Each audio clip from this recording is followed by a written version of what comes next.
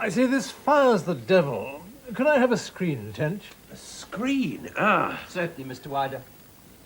That is, perhaps the manager. Perhaps Mr. Underwood. These fireplaces of yours, Underwood. A screen, rather. I'm sorry. We're not accustomed to complaints of too much fire down here just now. You mean the men? Poor devils. It's their own fault, Scantlebury. There's great distress amongst them, according to the Trinartha News. Oh, that rag. Give it to Wanklin, suit his radical views. They call us monsters, I suppose. The editor of that rubbish ought to be shot. The board of worthy gentlemen who control the Trinartha tin plate works from their armchairs in London would condescend to come and see for themselves the conditions prevailing amongst their workforce during this strike. Well, we have come. We feel that even their leg of mutton hearts would not remain untouched. Ruffian. I remember that fellow when he hadn't a penny to his name. Little snivel of a chap who's made his way by blackguarding everyone who takes a different view to himself. What does your father say? He says the kettle and the pot. I shall boil if I don't get the screen.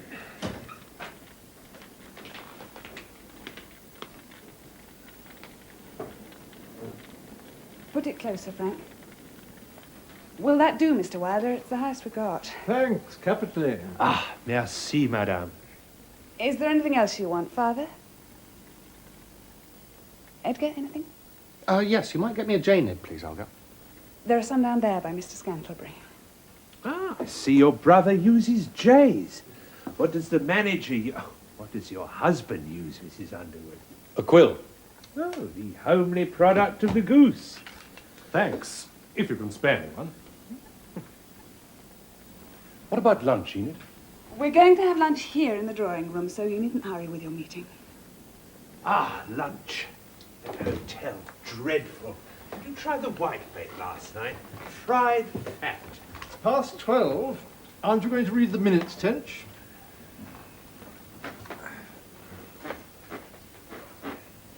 At a board meeting held the 31st of January, the company's offices, 512 Cannon Street, E.C., present Mr. Anthony in the chair, Mrs. F.H. Wilder, William Scantlebury, Oliver Wanklin, and Edgar Anthony. Read letters from the manager, dated January the 20th, 23rd, 25th, 28th, relative to the strike at the company's works. Read letters to the manager of January the 25th, 24th, 26th, 29th. Read letter from Mr. Simon Harness of the Central Union asking for an interview with the board. Read letter from the Men's Committee, signed David Roberts, James Green, John Bogan, Henry Thomas, George Rouse, desiring conference with the board, and it was resolved that a special board meeting be called for February the 7th at the house of the manager for the purpose of discussing the situation with Mr. Simon Harness and the Men's Committee on the spot. Passed. 12 transfers, signed and sealed 9 certificates, and 1 balance certificate. If it's your pleasure, sign, same.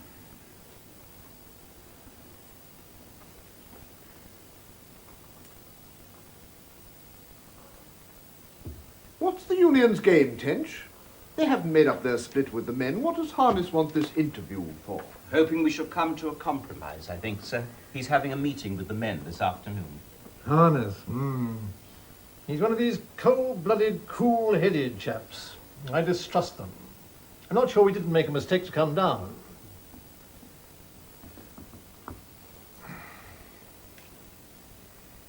What time will the men be here? Any time now. Well, I hope we're going to get this business settled in time for me to catch the 6:30. I've got to take my wife to Spain tomorrow.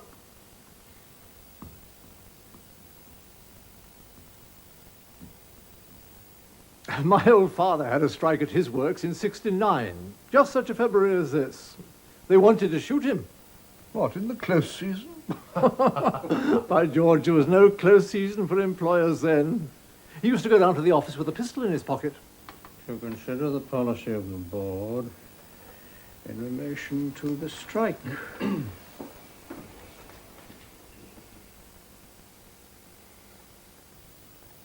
It's this infernal three-cornered duel. The union, the men, and ourselves. We needn't consider the union. Oh, it's my experience. You've always got to consider the union, confound them. If the union were going to withdraw their support from the men, as they've done, why did they ever allow them to strike at all? We've had this over a dozen times. Well, I've never understood it. It's beyond me. They say the engineers and the furnacemen's demands are excessive. Well, so they are. But that's not enough to make the union withdraw their support. What's behind it? Fear of strikes at Harper's and Tidewell's. Afraid of other strikes now. That's the reason. Why couldn't we have been told that before? You were. You were absent from the board that day, sir. The men must have seen they had no chance when the union gave them up. It's madness. It's Roberts. It's just our luck, the men finding a fanatical firebrand like Roberts for a leader. Well, It's a regular mess. I don't like the position we're in. I don't like it. I've said so for a long time now. When Wanklin and I came down before Christmas, it looked as though the men must collapse. Now, you thought so too, Underwood. Yes. Well, they haven't. Here we are, and things going from bad to worse. Losing our customers, shares going down. what loss have we made by this strike, Tench? Over 50,000, sir. You don't say. And we shall never get it back. No, sir. Who would have supposed the men would stick out like this? Nobody suggested that. I've never liked to fight, never shall. No surrender. Who wants to surrender? I want to act reasonably. When the men sent Roberts up to see the board in December, now that was the time we should have humoured him, instead of which the chairman, well, he snapped his head off. We could have got them in then by a little tact. No compromise. There we are. The strike's been going on now since October. As far as I can see, it may last another 6 months. Pretty mess we shall be in by then. The only comfort is the men will be in a worse. What sort of state are they really in, Frank? Damnable. Well, who on earth would have thought they'd hold on like this without support? Those who know them. I defy anyone to know them. And what about tin? Price going up daily. When we do get started, we shall have to work up our contracts at the top of the market. What have you to say to that, Chairman? Can't be helped. Shan't pay a dividend till goodness knows when. We ought to think of the shareholders. Chairman, I say we ought to think of the shareholders. They are thinking of you. What was that? The chairman said he is thinking of you, sir. Cynic. It's past a joke. But I don't want to go for years without a dividend, even if the chairman does. We can't go on playing ducks and drakes with the company's prosperity. So I think we ought to consider the men. We mustn't think of our private feelings, young man. That'll never do. I wasn't thinking of our feelings. I was thinking of the men's. Well, as to that, we're men of business. That is the little trouble. I don't see there's any necessity for pushing things so far in the face of all this suffering. It's cruel. I'm afraid we mustn't base our policy on luxuries like sentiment. Well, I detest the state of things. We didn't seek the quarrel. I know that, sir. But surely we've gone far enough. No. Luxuries apart, Chairman, we must look out what we're doing. Give way to the men once and there'll be no end to it. I quite agree, but you make it a question of bedrock principle. Luxuries again, Chairman. The shares are below par. And they'll drop to a half when we pass the next dividend. Oh, come, not so bad as that. You'll see. I didn't catch that. The chairman said, "Fait que devra." My father says do as we ought and let things rip. Chairman's a stoic. I always said the chairman was a stoic. Much good that'll do us. Seriously, Chairman, are you going to let the ship sink under you for the sake of a principle? She won't sink. Not while I'm on the board, I hope. Better rat, Scantlebury. What a man. I've always fought them. Never been beaten yet. We're with you in theory, Chairman, but we're not all made of cast iron. We've only to hold on.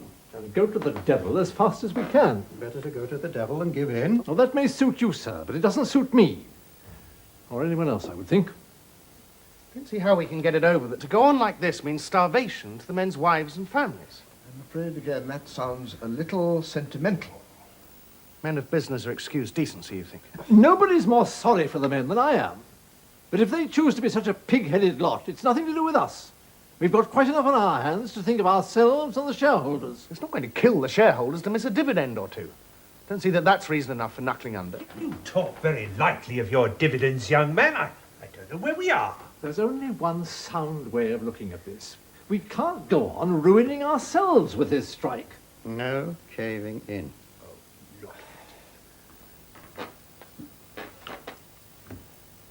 All I can say is, if that's the chairman's view, I don't know what we've come down here for. To tell the men we've nothing for them. They won't believe it till they hear it spoken in plain English. I wouldn't be a bit surprised if that brute Roberts hadn't brought us down with the very same idea. I hate a man with a grievance. You didn't pay him enough for his discovery. I said that at the time. We paid him 500, and a bonus of 200 3 years later. If that's not enough, what does he want, for goodness sake? Company made 100,000 out of his brains and paid him 700. Well, that's the way he goes on, sir. The man's a rank agitator. Look, I hate the unions, but now we've got Harness here, why don't we get him to settle the whole thing? No. Roberts won't let the men assent to that. Fanatic. And not the only one. Mr. Harness from the union waiting, sir. The men, I hear, too, sir.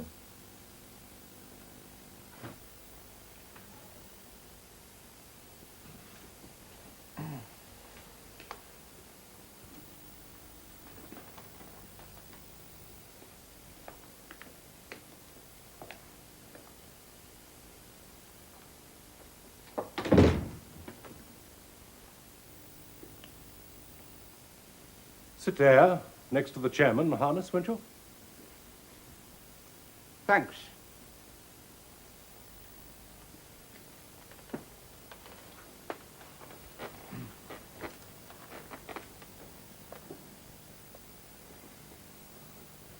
Well, gentlemen, we're going to do business at last, I hope.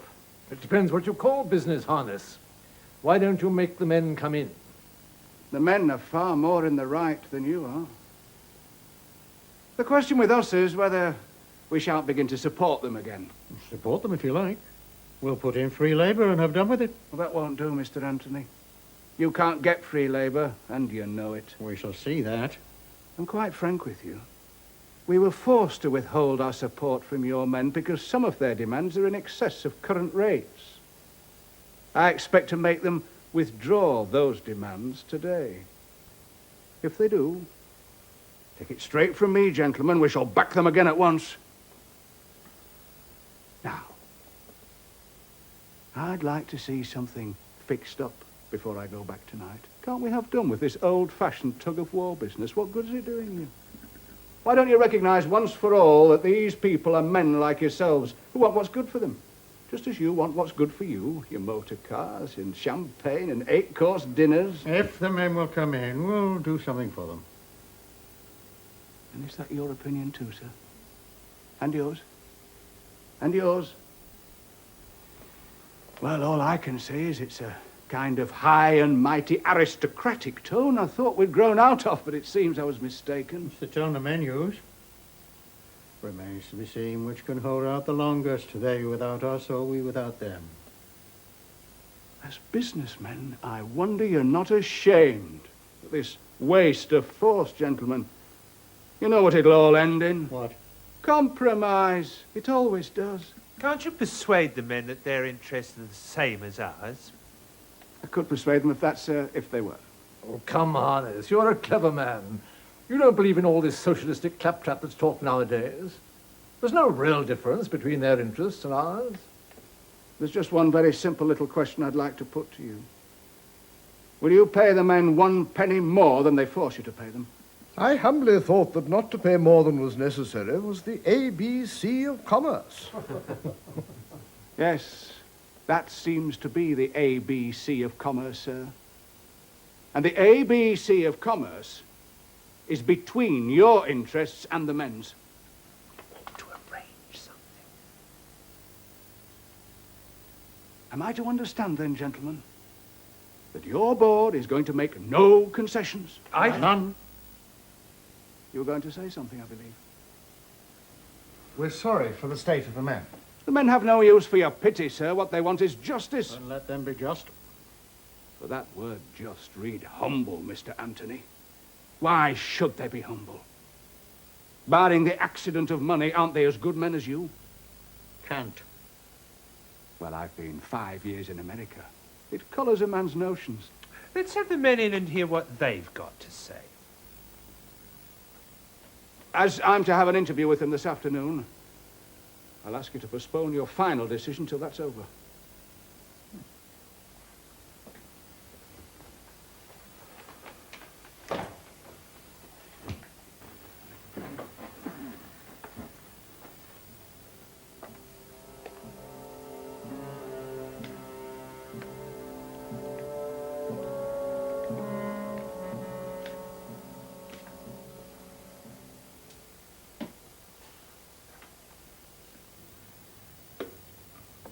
There are some chairs there against the wall, Roberts. Won't you draw them up and sit down? Thank you, Mr. Underwood. We'll stand in the presence of the board. How are you, Mr. Arnis? Didn't expect to have the pleasure of seeing you till this afternoon. We shall meet again then, Roberts. Glad to hear that. We shall have some news for you to take back to your people. What do the men want? Beg pardon, don't quite catch the chairman's remark. The chairman wishes to know what the men have to say. Well, it's what the board has to say that we've come to hear. It's for the board to speak first. The board has nothing to say. Well, in that case, we're wasting the director's time. We'll be taking our feet off this pretty carpet. Come, Roberts, you didn't give us this long, cold journey for the pleasure of saying that. No, sir. And what I have to say is... Go on, Henry Thomas, go on. You're better able to speak to the directors than me. The chairman means, Roberts, that it was the men who asked for the conference. The board wished to hear what they have to say. God. If I were to begin to tell you all that they have to say, we shouldn't be finished today. And there'd be some here who'd wish they never left their London palaces. What's your proposition? Be reasonable. You want reason, Mr. Arnis? Well, take a look around this afternoon before the meeting. You'll see some very pretty scenery. All right, my friend, you won't put me off. We won't put Mr. Arnis off. Have some champagne with your lunch, Mr. Arnis. You wanted, sir. Come, get to business, man. All we're asking for, see, is simple justice. Justice from London? What you talking about, Henry Thomas? You gone silly? We know very well what we are. Discontented dogs. Never satisfied. What did the chairman tell me when I came up to London? That I didn't know what I was talking about. I was a foolish, uneducated man that knew nothing of the wants of the men that I spoke for. Do please keep to the point. There can only be one master, Roberts. Then by gad, it'll be us. If you've nothing to say to the directors, Roberts, perhaps you let Green or Thomas speak for the men. Well, if I'd have been listened to... What I've got to say is what we've all got to say. Speak for yourself, Henry Thomas. Let the poor men call their souls their own. Aye, they shall keep their souls, but it's not much body that you left them, Mr. Scantlebury. Well, will you speak or shall I speak for you? Speak out, Roberts, or leave it to others. Thank you, George Rouse. The chairman and board of directors have done us the honour of leaving London and coming all this way to hear what we've got to say. It would not be polite to keep them any longer waiting. Well, thank God for that. You will not dare to thank him when I've done, Mr. Wilder, for all your piety. Maybe your God up in London has no time to listen to the working man. I'm told he's a wealthy God, but if he listens to what I have to say, he'll know more than ever he learned in Kensington. Come, Roberts, you have your own God. Respect the God of other men. That's right, sir. We have another God down here. I doubt he's rather different to Mr. Wilder's. You ask Henry Thomas. He'll tell you whether his God and Mr. Wilder's are the same. For goodness sake, let's keep to the point, Roberts. I think it is the point, Mr. Wanking. If you can get the god of capital to walk through the streets of Labour and pay attention to what he sees, you're a brighter man than I took you for. For all that you're a radical. Attend to me, Roberts. You're here to speak for the men, as I am here to speak for the board. Now then, what is it? Right, sir. The men can't afford to travel up to London, and they don't trust you to believe what they say in black and white. They know what the post is and what directors' meetings are. Refer it to the manager. Let the manager advise us on the men's condition. Can we squeeze them a little more? Don't hit below the belt, Roberts. Is it below the belt, Mr. Underwood? The men know. When I travelled up to London, I gave you the position straight. And what came of it? I was told I didn't know what I was talking about. I can't afford to travel up to London to be told that again. What have you to say for the men? I have this to say. And first, as to their condition. You shall have no need to go and ask your manager. You can't squeeze them any more. Every man of us is well nigh starving. You wonder why I tell you that? Every man of us is going short. We can't be no worse off than we've been these past few weeks. You needn't think that by waiting, you can drive us to come in. We'll die first. A lot of us.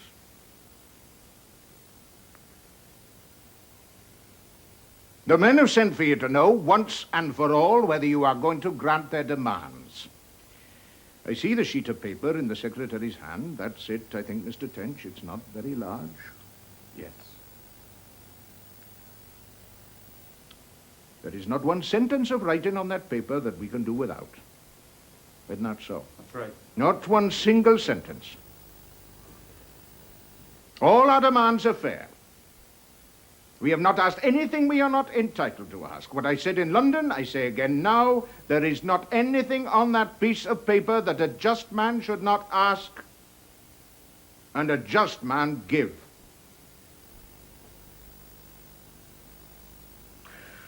There is not one single demand on this paper that we will grant.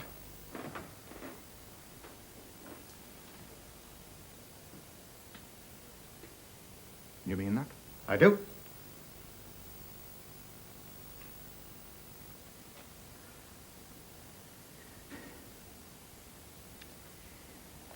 You best know whether the condition of the company is any better than the condition of the men. You best know whether you can afford your tyranny. But this I tell you, if you think that the men will give way the least part of an inch, you're making the worst mistake you ever made. You think that because the union is not supporting us, more shame to it, that we'll be coming to you on our knees one fine morning. You think that because the men have wives and children to look after, that it's just a matter of a week or two? It would be better if you didn't speculate so much on what we think. It's not much profit to us. I will say this for you, Mr. Anthony. You know your own mind. I can reckon on you. I'm obliged to you. And I know mine. I tell you this. The men will send their wives and families to where the country will have to keep them. And they will starve rather than give way. I advise you, Mr. Anthony, to prepare for the worst that can happen to your company. We are not so ignorant as you may suppose. We know which way the cat is jumping. Your position is not all that it might be, not exactly. Be good enough to allow us to judge of our position for ourselves. Go back and reconsider your own.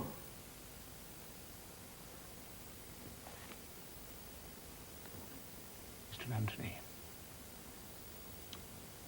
you are not a young man now. From the first thing that I remember, you have been an enemy to every man that came into your works. I don't say you're a mean man or a cruel man, but you grudged them the say of any word in their own fates. 4 times you fought them down. I heard you say you love a fight. Well, mark my words, you're fighting the last fight you'll ever fight. Roberts! Roberts! Roberts, I mustn't speak my mind to the chairman, but the chairman may speak his mind to me. What are things coming to? Go on, Roberts. Say what you like. I have no more to say. The meeting stands adjourned to 5 o'clock.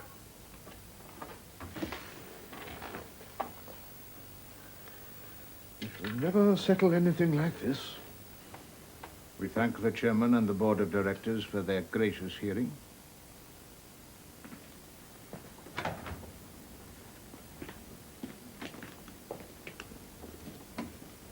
Good day, gentlemen. I congratulate you on the conciliatory spirit that's been displayed. With your permission, gentlemen, I shall be with you again at 5:30. Good morning.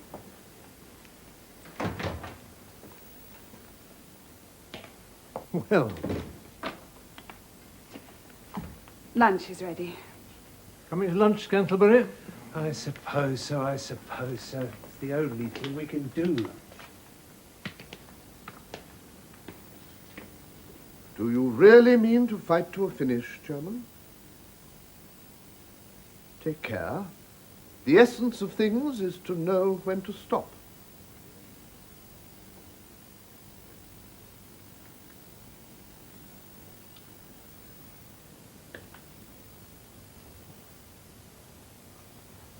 This way disaster lies. The ancient Trojans were fools to your father, Mrs. Underwood.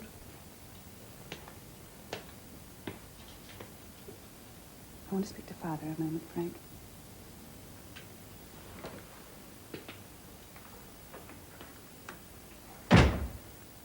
Aren't you coming, Dad?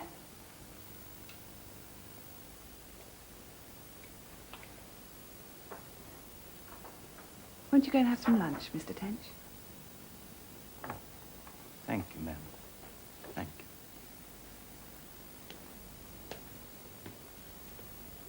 I do hope it's settled, Father. No. Oh. Haven't you done anything? Frank says they all want to come to a compromise, really, except that man Roberts. I don't.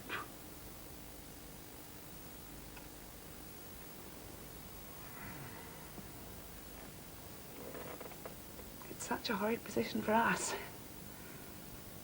If you were the wife of the manager and lived down here and saw it all, you can't realize that. Indeed. We see all the distress. You remember my maid, Annie, who married Roberts? It's so wretched. Her heart's weak. Since the strike started, she hasn't even been getting proper food. I know it for a fact, Father. Give her what she wants, poor woman. But Roberts won't let her take anything from us. I can't be answerable for the men's obstinacy. They're all suffering. Father, do stop it for my sake. You don't understand, my dear. If I were on the board, I'd do something. What would you do? It's because you can't bear to give way. It's so Well, unnecessary. what do you know about necessity? Read your novels, play your music, talk your talk. But don't try and tell me what's at the bottom of a struggle like this. I live down here and see it. My dear, what do you imagine stands between you and your class and these men that you're so sorry for? I don't know what you mean, Father. In a few years, you and your children will be down in the condition they're in. But for those with the eyes to see things as they are and the backbone to stand up for themselves. You don't know the state the men are in. I know it well enough. No, you don't, Father. If you did, you... It's you who don't know the simple facts of the position. What sort of mercy do you suppose you'd get if no one stood between you and the continual demands of labor? This sort of mercy? First would go your sentiments, my dear, and your culture, and your comforts would be going all the time. I don't believe in barriers between You classes. don't believe in barriers between the classes. And I don't know what this has got to do with the question. It'll take a generation or two for you to understand. It's only you and Robert's father, and you know it. It'll ruin the company. Allow me to judge of that. Well, I won't stand by and let poor Annie Roberts suffer like this. And think of the children, Father, I warn you. What do you propose to do? That's my affair.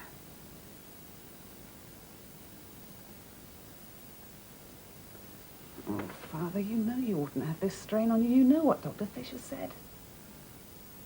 No old man can afford to listen to old women. But you have done enough. Even if it is such a matter of principle with you. You think so? Don't, Dad. You might think of us. I am. It'll break you down. My dear, I am not going to funk. You may rely on that. Beg pardon, madam. I think I'd rather see these papers were disposed of before I get my lunch.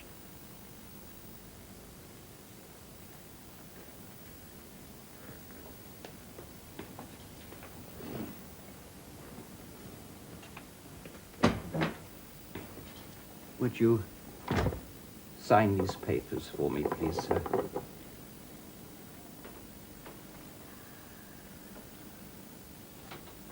I owe my position to you, sir.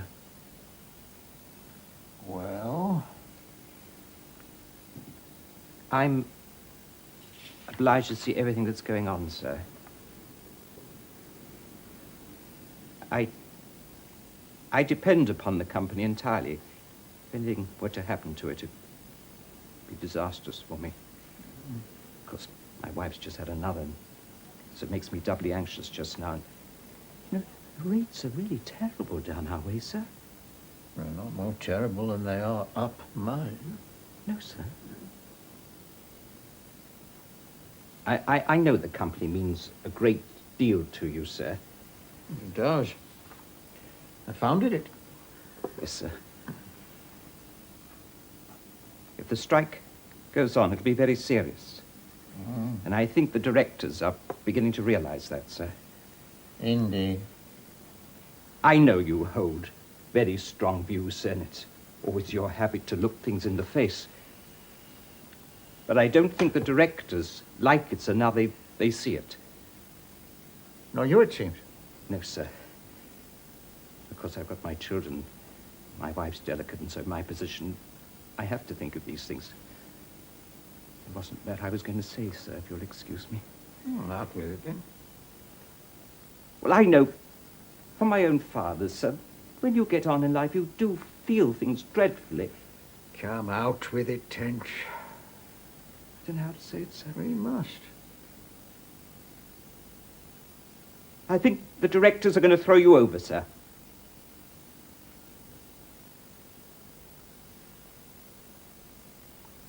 Ring the bell.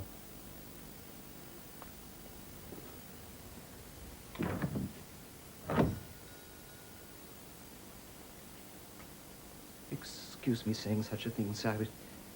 I was only thinking of you, sir.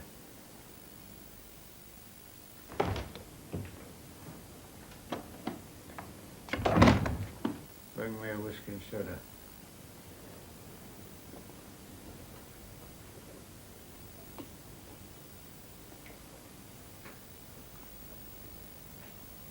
Anything to eat, sir?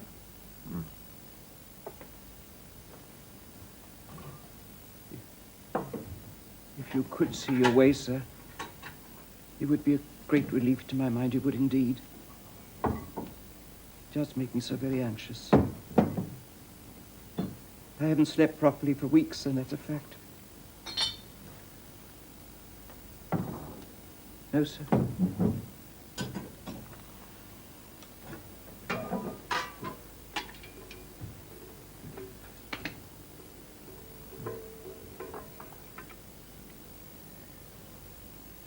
Nothing I can get you, sir?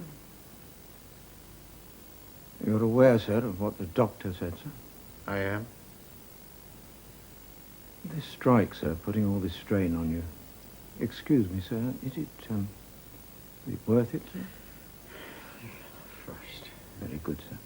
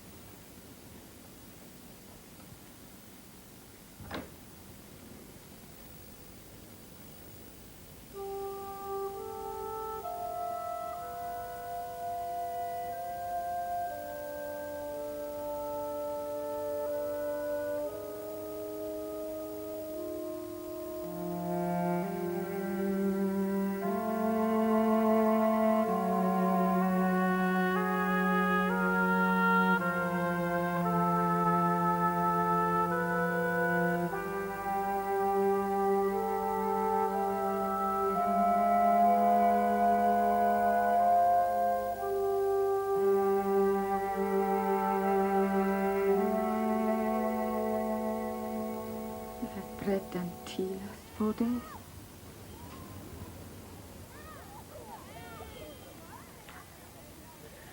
I wish Yale would stop brooding about the house. And leaving out the men. It's bad enough for the children. I keep men in bed. But they don't get so hungry when they're not running about. Whether that restless. They worry the life out of me. You're lucky they're all so small. It's the going to school that makes them hungry. Don't Bulgin give you anything? He would if he could, I suppose. What, haven't he got no shares in the company?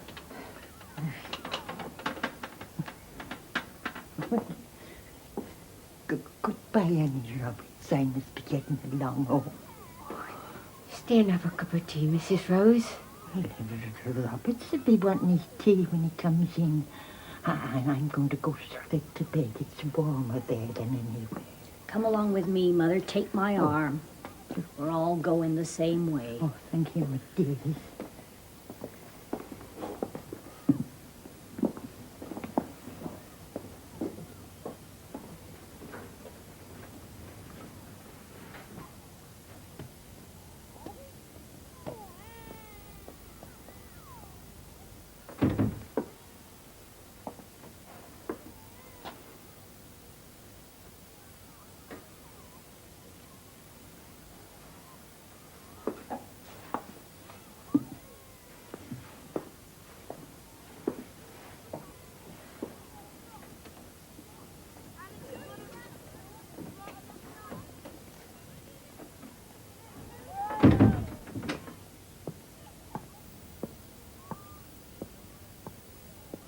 There, Annie. You see that?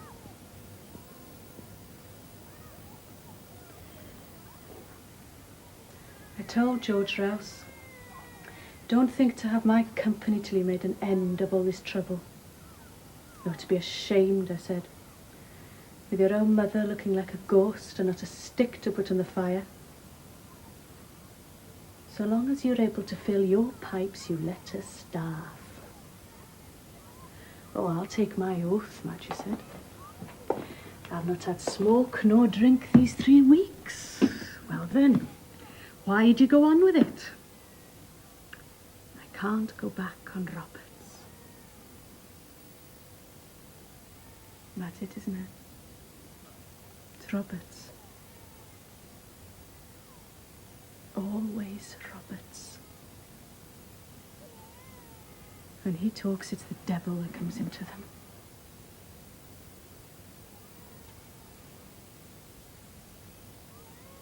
You don't want him beaten, he's your man. Everybody like their own shadows.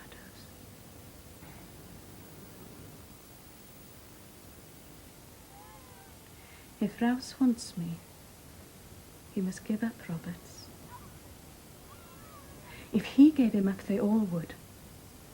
They're only waiting for a lead. Father's against him. They're all against him in their hearts.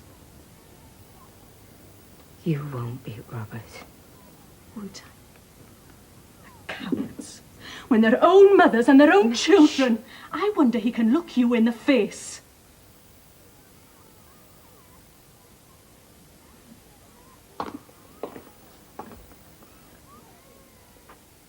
Harness is here again. They'll have to make up their minds today. Roberts will never give up the furnacemen and engineers. Wouldn't be right. You can't deceive me. It's just his pride. Can I come in? I've seen it.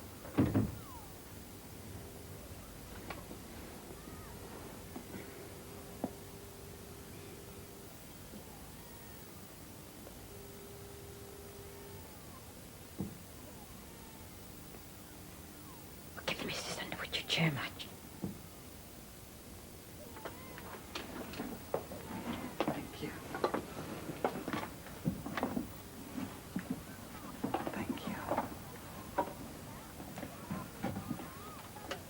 Are you any better? Yes, Mum, thank you, Mum. Why did you send back the jelly? I call that really wicked of you. Thank you, Mum. I had no need for it. Of course, it was Robert's doing, wasn't it? How can he let all this suffering go on amongst you? What suffering? I beg your pardon. Well, who said there was suffering? Madge. Please let us keep ourselves to ourselves. We don't want you coming here and spying on us. I didn't speak to you. Keep your kind feelings to yourself. You think you could come amongst us, but you're mistaken. Go back and tell the manager that. This is not your house. No, it's not my house. Keep clear of my house, Mrs. Underwood.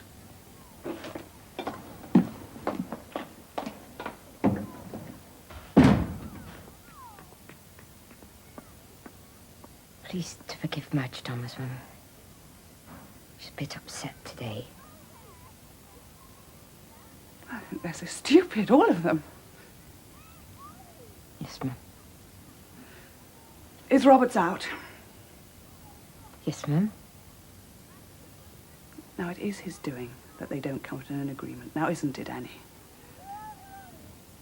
They do say your father, Mum, is...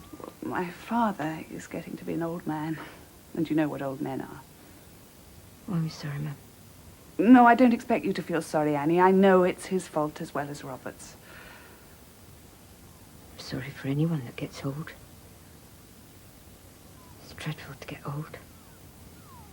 Mr. Anthony was such a fine old gentleman, I always used to think. And he always liked you. Don't you remember?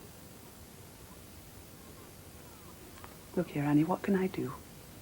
I do so want to know you don't even get what you ought to have.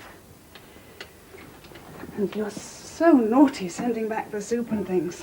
Yes. Well, you haven't even got coals.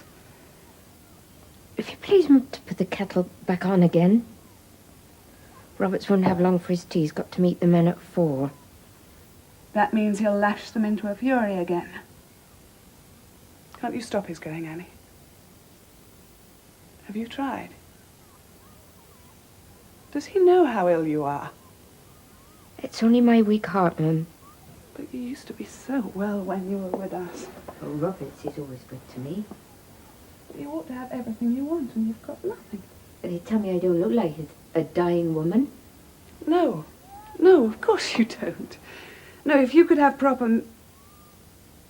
Would you see my doctor if I sent him to you? I'm sure he'd do you good. Yes. And Madge Thomas oughtn't to come here. She only excites you. As if I didn't know what suffering there is amongst the men. Of course, I do feel for them dreadfully. But, you know, they have gone too far. They say there's no other way to get better wages, Mum. But Annie, that is why the union won't help them. My husband is very sympathetic with the men, but he says they're not underpaid. Oh, no, Mum. They never think how the company could go on if we paid them the wages they want. But the dividends having been so big... You all seem to think that the shareholders are rich men, but they're not really. Most of them are no better off than working men. They have to keep up appearances. Yes, Mum. Well, you don't have to pay rates and taxes and 100 other things that they do. If the men didn't spend such a lot on drink and betting, they'd be quite well off. Well, you say working so hard, they must have some pleasure. But surely not low pleasure like that. Roberts never touches a drop, and he's never had a bet in his life. Oh, but he's not a common... I mean, he's an engineer, a superior man. Yes, Mum. He says they've no chance of other pleasures. Well, of course, I know. It's hard. And they say gentlefolk is just as bad. Well, I go as far as most people, Annie, but you know yourself, that's nonsense. A lot of men never go near the public, but even they save but very little. And that goes if there's illness.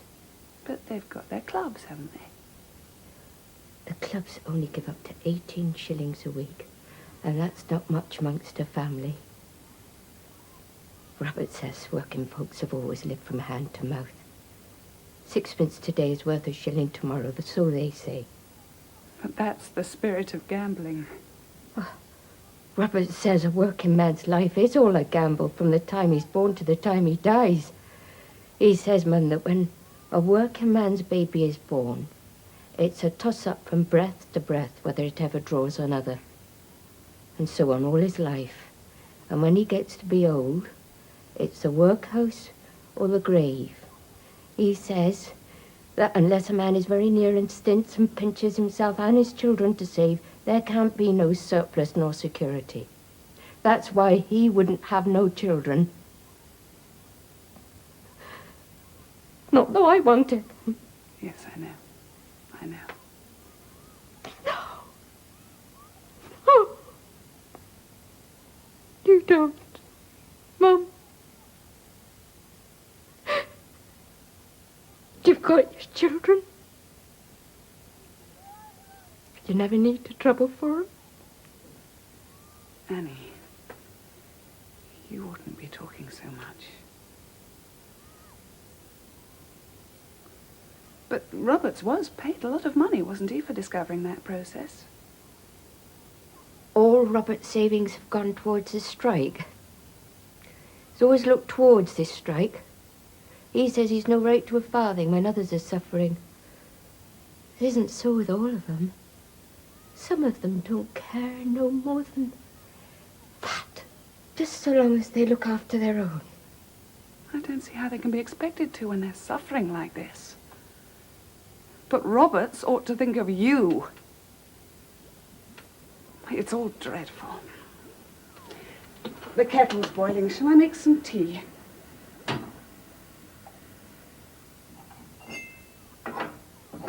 Won't you have a cup? No, thank you,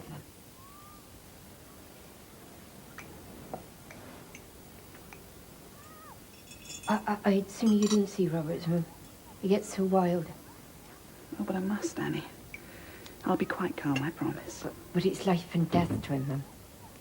I'll get him to talk to me outside. We won't upset you. No. Beg pardon for coming in. You're engaged with a lady, I see. May I speak to you, Mr. Roberts? Whom have I the pleasure of addressing, ma'am? But surely you know me. I'm Mrs. Underwood. The daughter of our chairman. I've come on purpose to speak with you. Will you come outside a minute, please? I have nothing to say to you, ma'am. But I must speak to you, please. I have not the time to listen. Mr. Roberts, please. I am sorry to disoblige a lady. Mr. Anthony's daughter. Mr. Roberts, I know you've another meeting of the men. I came to appeal to you. Please, please try to come to some compromise. Give way a little, if only for your own sakes. The daughter of Mr. Anthony begs me to give way a little, if it's only for our own sakes. For everybody's sake, for your wife's sake. For my wife's sake, for everybody's sake, for the sake of Mr. Anthony. Why are you so bitter against my father? He's never done anything to you. Has he not? He can't help his views any more than you can help yours. Really didn't know that I had a right to views. My father is an old man. If I saw Mr. Anthony going to die, and I could save him by lifting my hand, I would not lift the little finger of it. You... I would not. That's fact. You don't mean what you say, and you know it. In every word of it. But why? Mr. Anthony stands for tyranny, that's why. Nonsense. Please not to touch my wife. I believe you're mad. The house of a madman, then, is no fit place for a lady. I'm not afraid of you. I would not expect the daughter of Mr. Anthony to be afraid. Mr. Anthony is not a coward like the rest of them. I suppose you think it's brave, then, to go on with this struggle. Does Mr. Anthony think it brave to fight against women and children? Mr. Anthony is a rich man, I believe. Does he think it brave to fight against those who haven't a penny? Does he think it brave to set children crying with hunger and women shivering with cold? My father is acting on his principles, and you know. And so am I. You hate us, and you can't bear to be beaten. Neither can Mr. Anthony, for all he may say. At any rate, you might have pity on your wife. Madam, I have no more to say to you. Enid? You are not needing to come for your wife, Mr. Underwood. We are not rowdies. I know that, Roberts. I hope Mrs. Roberts is better. Come, Enid.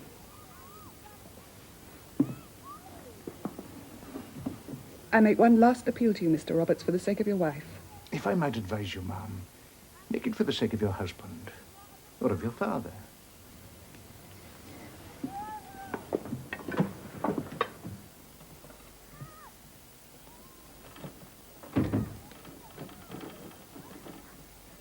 How goes it, my girl?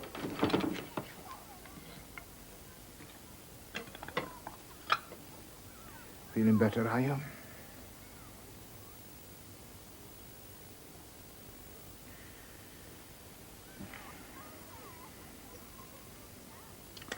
Ten minutes to 4.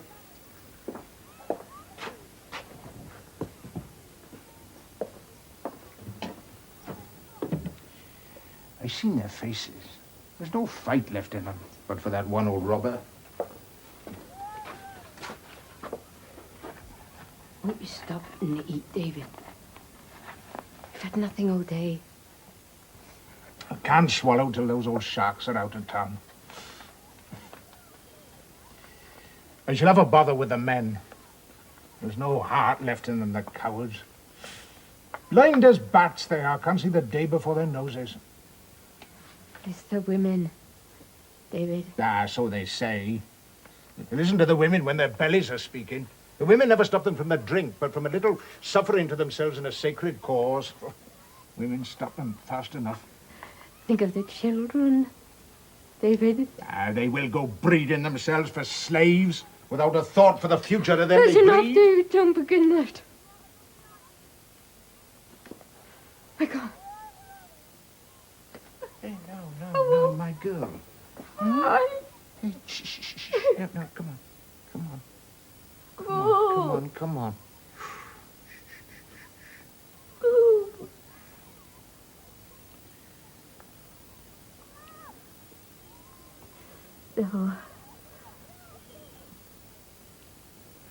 No. I won't.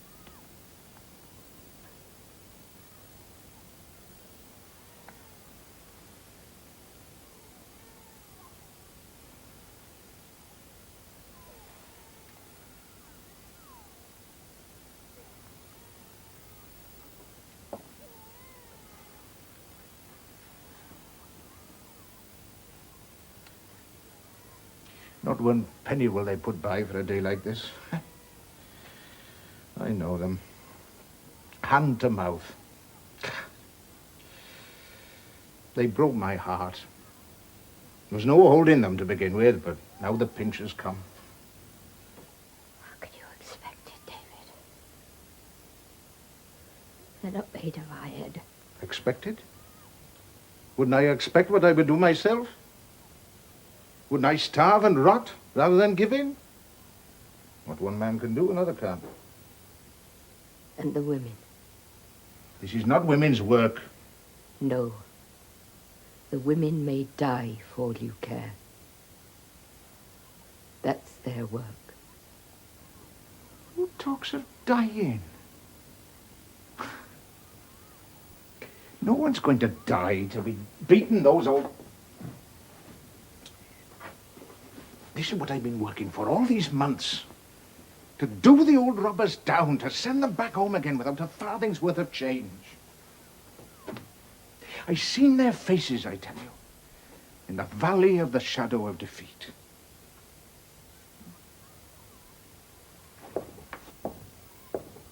Take your coat, David. Must be bitter cold. You stay quiet and warm. I won't be long, my girl. You'd better take it.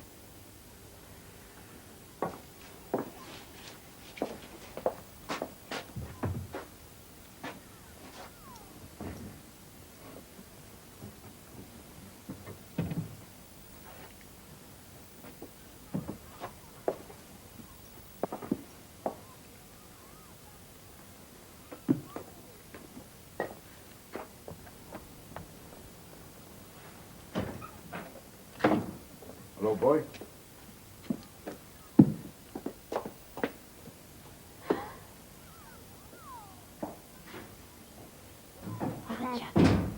Yn dod am y chwaer yn dod hefyd. A dych o bedw I glas yn wneud.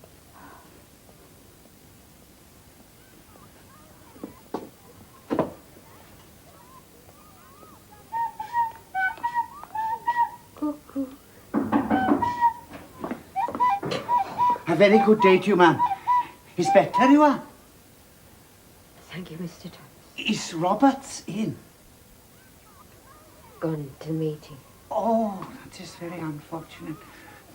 I've come to tell him that we must make terms with London. It is a great pity he's gone to the meeting. It's kicking against the pricks here being. There's hardly any man's for supporting him now but the engineers and George Rouse. He'll never give in, Mr. Thomas. No, there's not. Must fret. It's very bad for you. But this strike is no longer going with Chapel, you see. I have listened very carefully and I've spoken with her. Bother this now! I don't care what others say. I say that Chapel means us to be ending this trouble. That's what I make of her. And it is my opinion that that is the very best thing for all of us. If it was not my opinion, I don't say, but it is my opinion. I'm sorry. I don't know what will happen to Robert if you give in. There is no disgrace whatever. All that a mortal man can do, he has done. It is human nature he has gone against, you see. It's very natural. Any man could do that, indeed. But Chapel has spoken, and he must not go against Chapel. Oh, stop that squeaking! Just so, ma. Go. Oh, here is my daughter come to sit with you. A very good day with you, madam. No fretting, remember.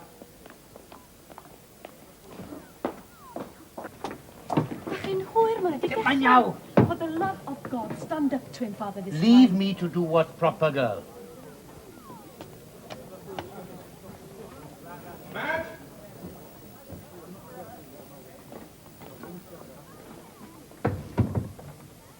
Matt?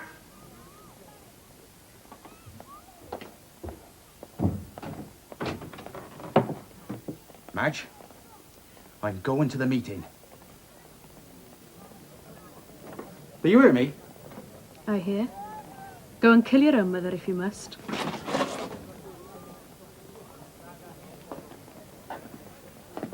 I swore to stand by Robert. I swore that. You want me to go back on what I sworn? You are a pretty lover. Madge, I've heard that lovers do what their girls ask them. But that's not true, it seems. You make a blackleg of me. Do it for me. Damn, I can't.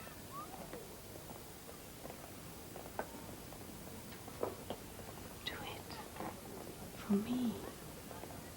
Don't play the wanton with me. I'd do that to get the children bred. Madge. Oh, Madge. But you can't break your word with me. Then by God, I can. I've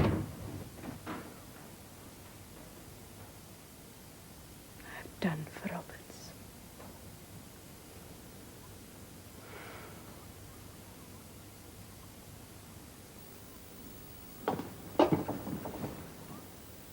Cold as ice. Do you want a drop of brandy? John, does it Davin a dim o diary dear Mrs. Roberts? No. Just sit here. Be quiet.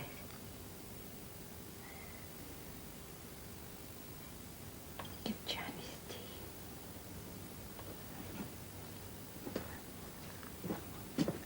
Byddan ddistaw.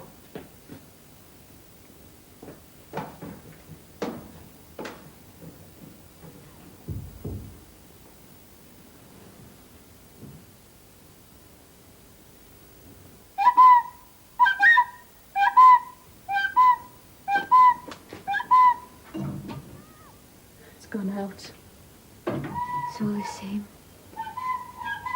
Shh!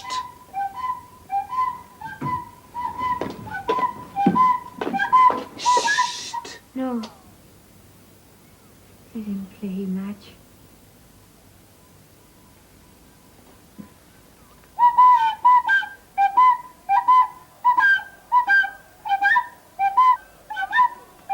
Waiting and waiting.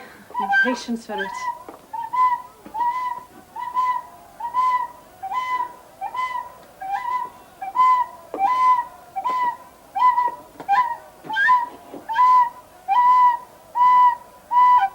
Waiting and waiting. It's all a woman has to do. Can you hear them at it?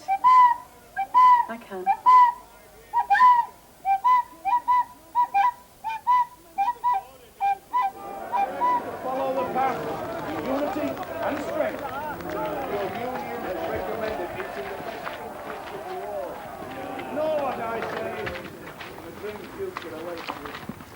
Well, I've spoken to you straight. If I speak till tomorrow, I can't say more. Mister, want to ask you, can they get blacklegs? There's always blacklegs. That's the nature of them. There's always men that'll save their own skins. No, they can't get them. But that won't help you. Now, men, be reasonable. Your demands would have brought on us the burden of a dozen strikes at a time when we were not prepared for them. The unions live by justice. Not for one, but for all. Any fair man will tell you, you were ill-advised. Oh, I don't say you go too far for what you're entitled to, but you go too far for now. You've dug a pit for yourselves. Are you going to stay there? Or are you going to climb out? Come! You've hit it right, mister. What are we going to do then? Cut your demands to the right pattern, and we'll see you through. Refuse? And don't expect me to waste my time coming down here again. I'm not the sort that talks at random, as you ought to know by this time. But if you're the sound men I take you for, no matter who advises against it, you'll make up your minds to come in and trust to us to get your terms. Well, what's it to be? Hands together and victory? Or the starvation you've got now? Talk about what you know. No! Everything you've been through, my friend, I've been through. I was through it when I was no bigger than that shaver there. And the unions then weren't what they are now. What's made them strong? It's hands together that's made them strong. I've been through it all, I tell you. The brand's on my soul yet. I know what you've been through. There's nothing you can tell me I don't know. But the whole is more important than the part, and you are only the part. Stand by us, and we'll stand by you. Talks a lot of sense to that union chap. Well, if you'd have listened to me, you'd have heard sense these 2 months past. Look at those 2 old blanks over there. They best stop their cackle or I'll break their jaws. Nothing to do with you! You say the furnace men's paid enough. I did not say they were paid enough. I said they were paid the same as furnacemen in similar works elsewhere. That's a lie! What about Harper's? You may look at home for lies, my man. Harper's shifts are longer. The pay works out the same. Willie's aboard us, double time, overtime, Saturday. Yes, we will. What about our subscriptions, huh? I've told you what we will do with them. Ah, Will. It's always Will. You never mates desert us. Hold your row! Those that know their right hands from their lefts know that the unions are neither thieves nor traitors. Well, I've said me say. Figure it out, me lads. When you want me, you know what I shall be.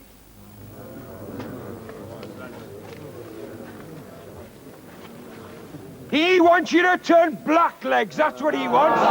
He wants you to go back on us. Sooner than turn blackleg, I'd starve, I would. Who you call it a blackleg? Mind what you're saying, will you? What about the women? They can stand what we can stand, I suppose, can they? You've no wife. And don't want one. Give us the power to come to terms with London, lads. If you've anything to say, man, get up on the platform and say it. Hey, good old Thomas!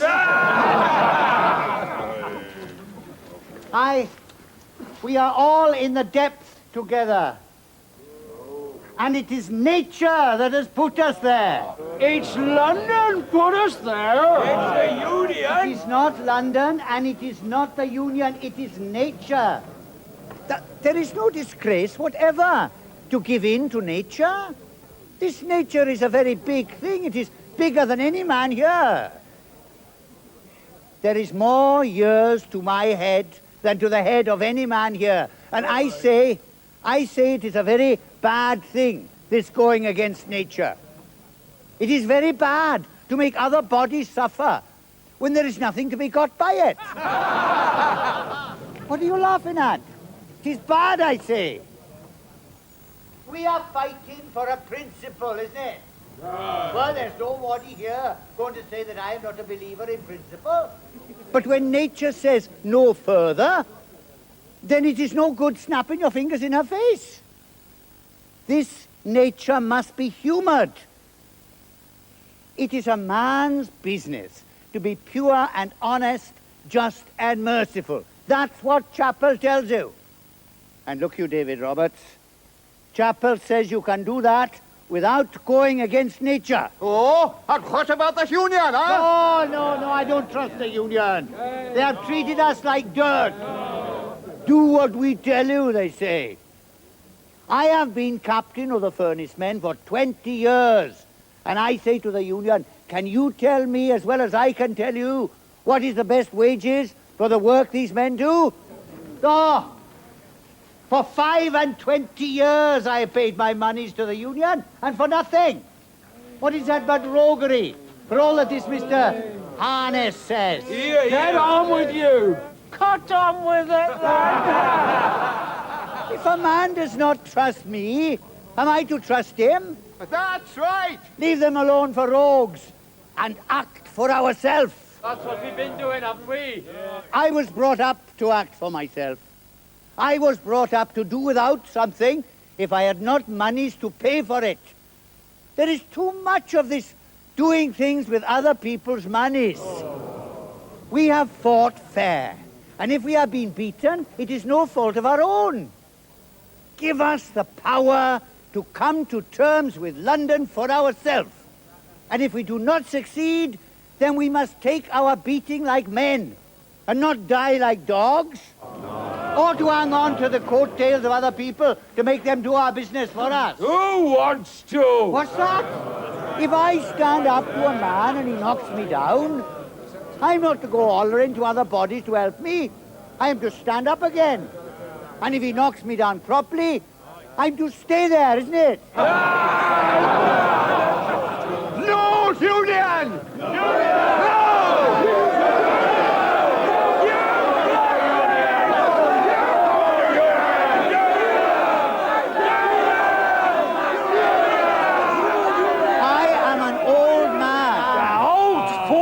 Where there's no union. And furnace chats for tuppence I'd smash the faces of the lot of them. If I'd have been listened to. I am now coming to what I was going to say.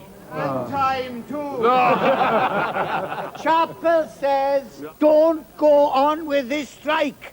Make an end of it. That's a lie! Oh, Chapel indeed. says to go on! Indeed. I've got years in my head. Aye, long ones. Your years have misled you then. You cannot be right if I am. You cannot have it both ways. Chapel can, though, huh? You are going the road to damnation. And so I say to all of you, if you go against Chapel, I will not be with you. And neither will any other God-fearing man.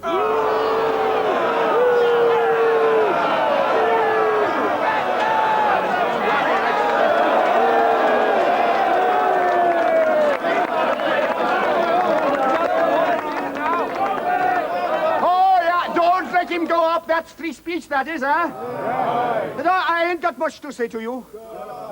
Just look at the matter plain. We've all come the same road. Now, you want to chuck the journey? We've all been in the same boat, now you want to pull in too. We engineers have stood by you. Aye. You ready, are you now, to give us the go-by? If we'd have known that, we'd not have started out with you so early one bright morning. Old man Thomas ain't got his Bible lesson right. If you give up to London or to harness now, it's giving us the chuck to save your skins. You'd not get over that, my boys. It's a dirty thing to do.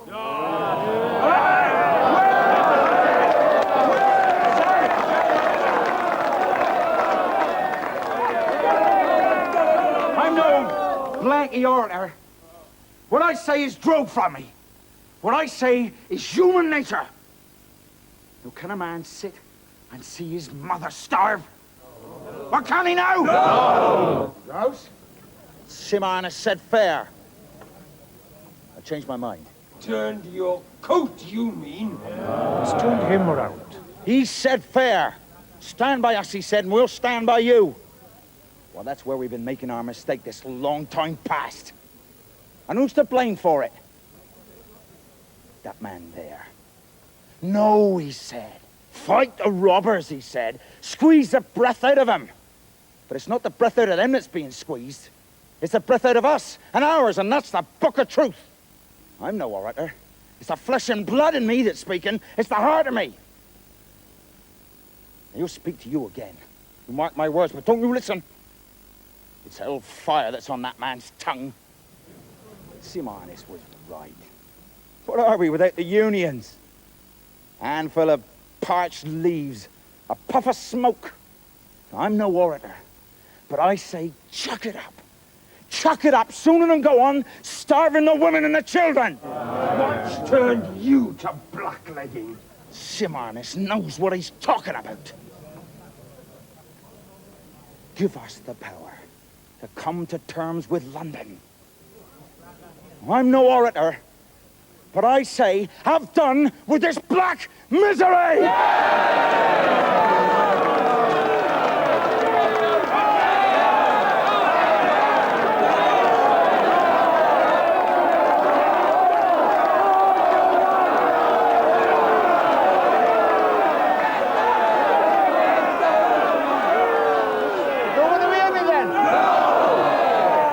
You listen to Rouse and to that old man, but not to me. No. You listen to Simonis from the union that's treated you so fair. Perhaps you listen to those old men from London. Huh? You groan, what for? You love their feet on your necks, don't you? Oh, you'd like to break my jaw, John Bulgin? Well, let me speak, then do your smashing, if it gives you pleasure. Am I a liar? No! A coward? No! A traitor? No! If only I were, you'd listen to me, I'm sure. Is there a man here that has less to gain by striking? No. Is there a man here that had more to lose? No! Is there a man here that has given up £800 since this trouble here began? No! Oh, come on, is there? Eh? How much has Thomas given up? £10 or 5 or what? You listen to him, though. And what did he tell you? No man can pretend, he says, that I'm not a believer in principle. But when nature says no further, 'tis going against nature. I say to you that if a man cannot say to nature, budge me from this if you can, his principles are but his belly. Oh, but, says Thomas, but a man can be pure and honest, just and merciful, and take off his hat to nature. I say to you that nature is neither pure nor honest, just nor merciful. You chaps that live over the hill and go home dead beat in the dark on a snowy night, don't you fight your way every inch of it? You just go lying down and trusting to the tender mercies of merciful nature? Huh? Try it. You'll soon find out with what you have to deal. 'Tis only by that, in nature's face, that a man can be a man. Give in, says Thomas. Go down on your knees, cease your foolish fight, and perhaps, he says, perhaps your enemy will chuck you down the crust. Never! Curse them! I never said that. If you did not say it, man, you meant it. And what'd you say about Chapel? Chapel's against it, he says. She's against it. Well, if Chapel and nature go hand in hand, it's the first I've ever heard about it. That young man there said that I had hellfire on my tongue. If I had, I would use it all to scorch and wither this talk of surrender. Surrendering is the work of cowards and traitors. Stop there, George Rouse. It's no time this to settle personal matters. But there was one other, Mr. Simon Harness. We have not much to thank Mr. Harness and the Union for. They said to us, desert your mates, or we'll desert you. And they did desert us. Aye, they did! Mr. Harness is a clever man, but he's come too late. For all that Mr. Harness says, for all that Thomas Rouse, for all that any man here present can say, we've won the fight. Oh, how can you say that? You felt the pinch of it in your bellies. You've forgotten what that fight has been. Many times I have told you, I will tell you now this once again. The fight of this country's body and blood against a bloodsucker. The fight of all of us who spend themselves with every breath they draw and every blow they strike against a thing that fattens on us and grows by the law of merciful nature. That thing is capital. Aye! A thing that buys the sweat of men's brows and the torture of their brains at its own price. Don't I know that? Wasn't the work of my brains bought for £700? And wasn't £100,000 made out of that 700 without the lifting of a finger? A thing that gives as little and takes as much as it can. That's capital. A thing that says, I'm very sorry for you poor fellows. You have a cruel time of it, I know, but will not give 1/6 of its dividends to help you have a better time. That's capital. Tell me, for all their talk, is there one of them that will consent to 1 penny on the income tax to help the poor? That's capital. A white-faced, stony-hearted monster. And you got it to its knees. Are you going to give up now, at the last minute, to save your miserable body's pay? No! No! When I went this morning to talk to those old men from London, I looked into their very hearts. One of them was sitting there, Mr. Scantlebury. A great mass of flesh, nourished on us. Sitting there for all the world like the shareholders in this company. That's it, neither moving tongue nor finger, taking dividends.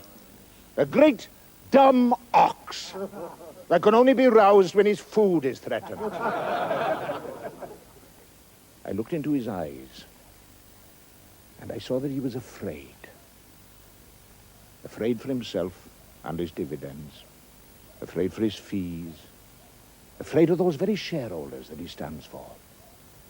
And all but one of them is afraid.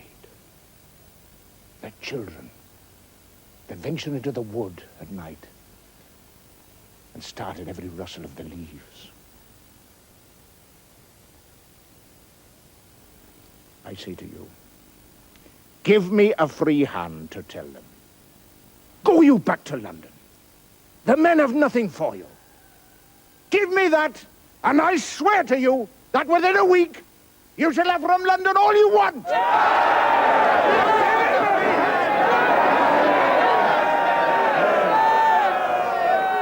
Tis not for this little moment in time that we're fighting.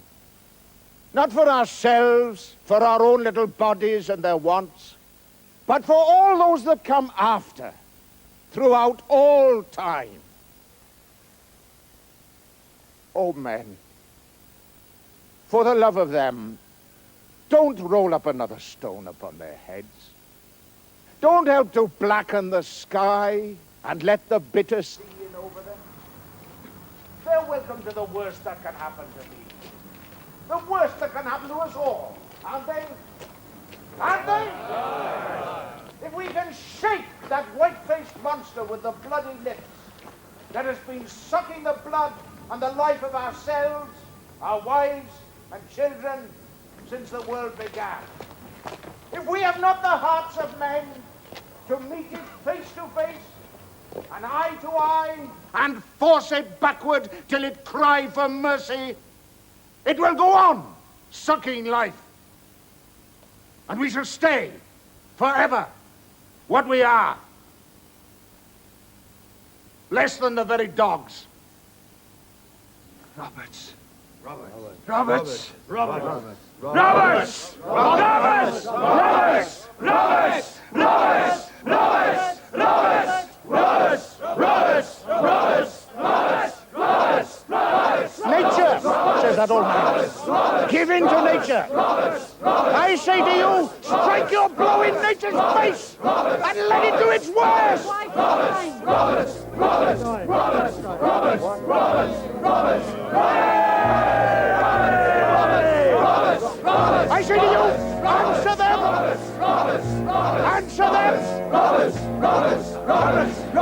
Roberts, did you not hear, man? What is it? Your wife, man.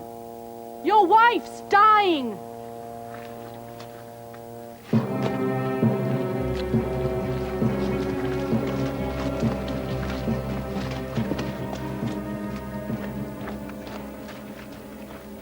He needn't have hurried. Annie Roberts is dead. You pack of blinded hounds. How many more women are you going to let die?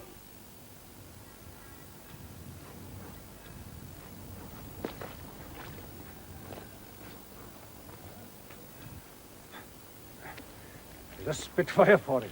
I'll smash her jaw. If I'd have been listening to, that poor woman wouldn't have died. It's a judgment on him for going against Chapel. I told him how it would be. All the more reason for sticking by him. Are you going to desert him now he's down?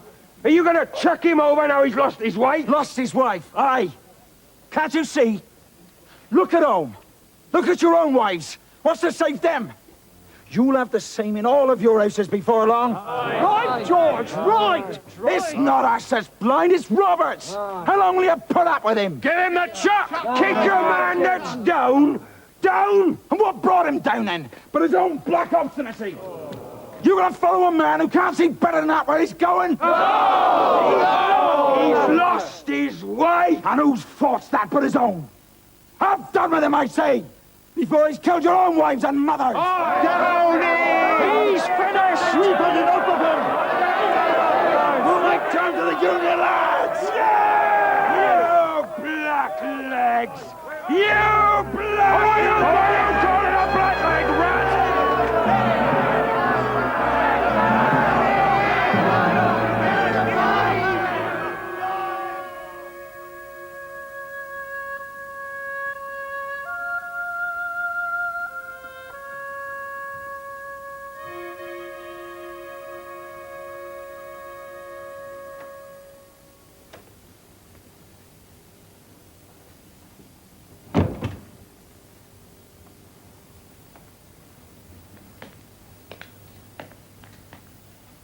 Just on 5. They're all in there waiting except Frank. Where's he? He's had to go down to Gascoigne's about a contract. Will you want him? He can't help us. It's the director's job.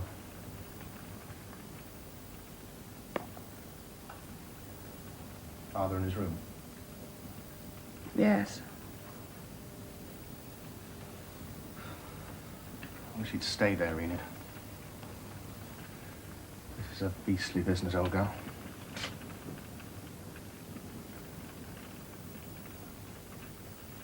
I went to the Roberts this afternoon, Ted. Wasn't very wise. He's simply killing his wife. We are, you mean? Roberts ought to give way. There's a lot to be said on the men's side. Well, I don't feel half so sympathetic as I did before I went. They just set up this class feeling against you. Poor Annie was looking dreadfully bad, fire going out, nothing fit for her to eat, but she would stand up for Roberts. And when you see all this wretchedness going on and feel that you can do nothing, you've just got to shut your eyes to the whole thing. If you can. Before I left, I was all on their side. As soon as I got there, I began to feel quite different at once. People talk about sympathy with the working classes. They don't know what it means to try and put it into practice. It's hopeless. Ah. Well.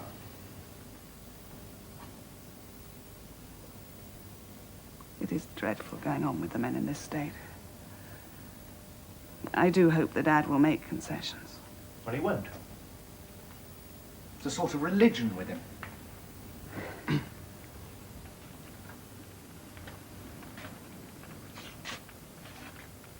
Damn it! I know what's coming. He'll be voted down. They wouldn't dare. They will. They're in a funk. But he wouldn't stand it. Dear girl, if you're beaten in a vote, you've got to stand it. But would he resign? Of course. Goes to the root of his beliefs. But he's so wrapped up in this company, Ted. There'd be nothing left. It would be dreadful. Ted, he's so old now. You mustn't let them. My sympathies in this strike are entirely on the side of the men. But he's been the chairman for more than 30 years. He's made the whole thing. And think of all the bad times they've had. It's always been him who's pulled them through. Ted, you must... Now, what is it you want? You said just now you hoped he'd make concessions. Now you want me to back him in not making them. This isn't a game, Enid. It is not a game to me that the Dad is in danger of losing everything that he cares about in life. If he won't give way and he's beaten, it'll simply break him down. Didn't you just say it was dreadful going on with the men in this state? But don't you see, Ted, Father would never get over it. We must stop them somehow. The others are afraid of him. If you back him up... But against my convictions, against yours? The moment it begins to pinch one personally... This isn't personal, it's the Dad. Your family or yourself, and over goes the whole show. Well, if you don't take this seriously, I do. I'm as fond of him as you are. That's got nothing to do with it. We don't know about the men, that's all guesswork. But we do know that the Dad might have a stroke any day. Do you mean to say he's not more to you than... Of course he is, of course he is. I don't understand you then. Yes.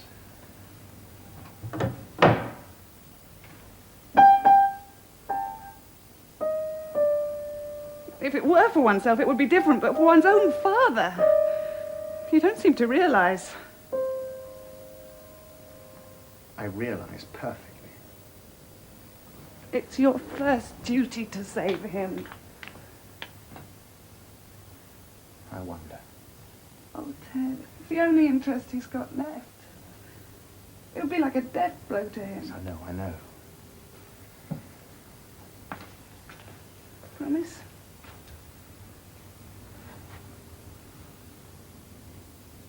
I'll do what I can. Past five. We shall never get through. Have to eat another dinner at that dreadful hotel.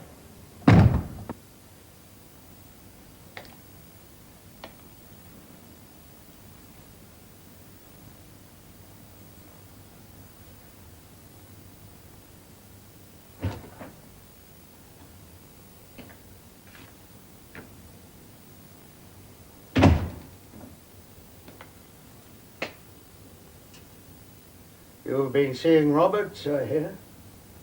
Yes. Do you know what trying to bridge such a gulf as this is like? Filling a sieve with sand. Don't. You think with your gloved hands you can cure the trouble of a century? Father, I'm only thinking of you. I can take care of myself, my dear. Have you thought what'll happen if you're beaten in there? Oh, don't mean to be. Don't give them a chance. You're not well. Need you go to the meeting at all? Cut and run. But they'll outvote you. I shall see. I beg you, Dad. Won't you? Can I get dinner on that 6:30 train, huh? No, I fear not, sir. Well, I shall speak out for enough of this plot.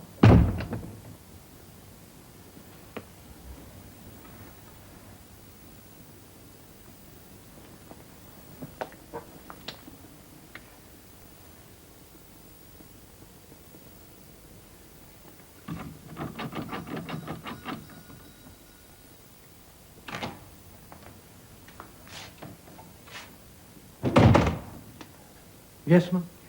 When the men come, can you show them in here for us? The hall's cold. I could put them in the Parliament. No, I don't want to offend them. They're so touchy. Yes, ma'am. Excuse me, Mr. Anthony's had nothing to eat all day. I know. Nothing but 2 whiskers and sodas, ma'am. Oh, you oughtn't to have let him have those. Mr. Anthony's a little difficult, ma'am. It's not as if he were a younger man and knew what was good for him. He will have his own way. Well, I suppose we all want that. Yes, ma'am. Excuse me, speaking about the strike. I'm sure if the other gentlemen were to give up to Mr. Anthony, then quietly let the men have what they want afterwards, that would be the best way. I find that very useful with him at times, ma'am. If he's cross, it makes him violent. And I've noticed in my own case, when I'm violent, I'm always sorry for it afterwards. Are you ever violent, Frost? Yes, ma'am. Oh, sometimes very violent. I've never seen you. No, ma'am. That is so.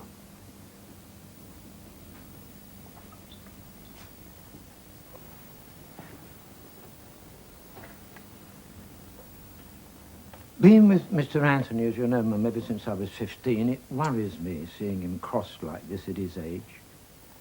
I've taken the liberty to speak to Mr. Wanklin. Seems to be the most sensible of the gentlemen. But he said to me, "That's all very well, Frost, but this strike's a very serious thing," he said. "Serious for all parties, no doubt," I said, "but humour him, sir, humour him. It's like this. If a man gets to a stone wall, he doesn't drive his head against it. He gets over it."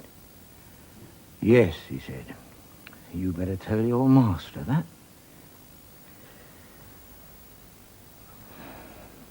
That's where it is, ma'am.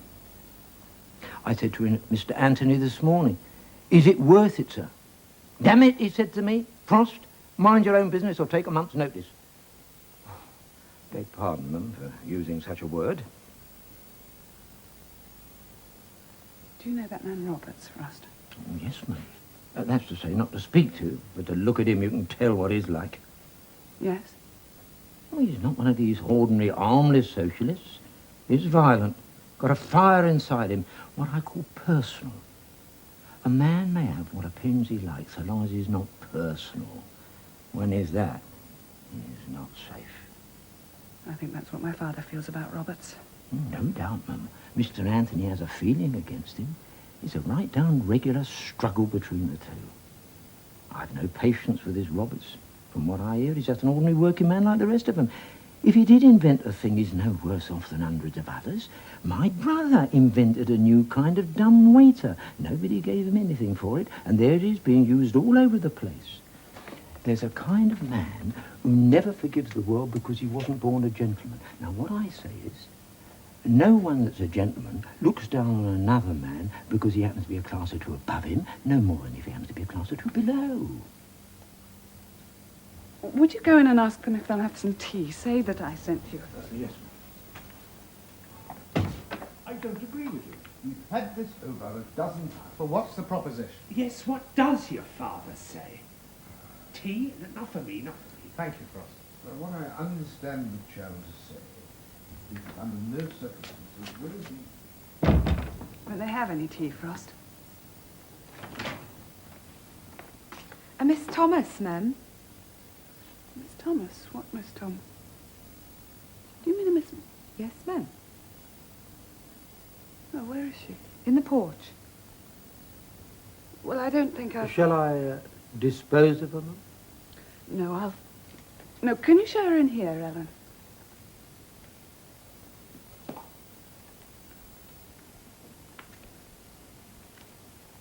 Come in.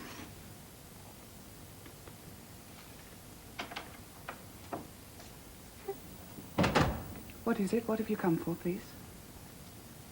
Brought a message from Mrs. Roberts. A message, yes? She asks you to look after her mother. I don't understand. That's the message. But what? Why? Annie Roberts is dead. But it's only a little over an hour since I saw her. Of cold and hunger. No, that's not true.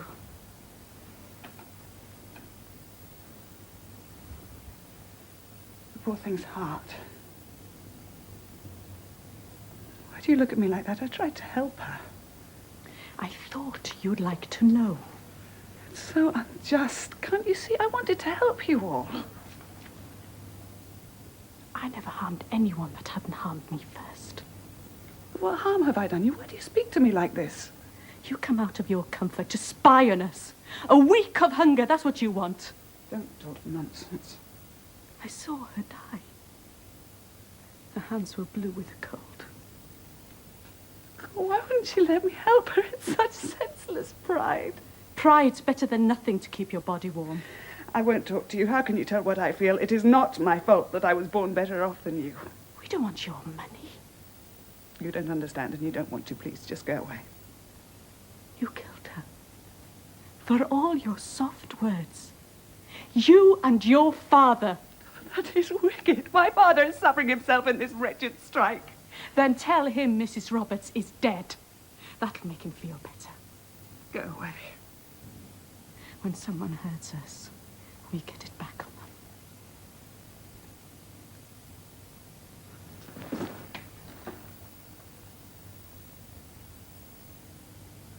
You felt that. Lucky it's a mother, not a children, you to look after, isn't it? She won't trouble you long. Go away. I'm giving you the message.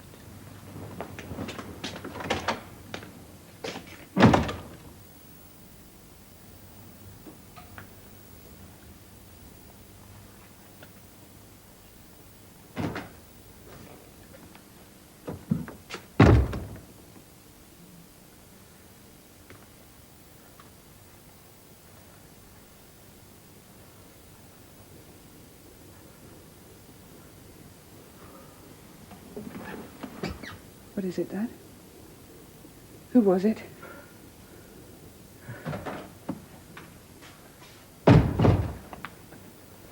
What is it, Dad? Damn fellow wild. He's taken to personalities. He was downright insulting. Well, what did he say? He said Father was too old and feeble to know what he was doing. Dad's worth 6 of him. Well, of course he is. Don't like the look of this. Come, Chairman. Wilder sends his apologies. A man can't do more.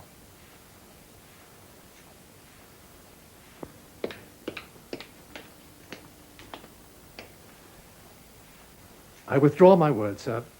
I'm sorry. Have you come to a decision, Mr. Wycliffe?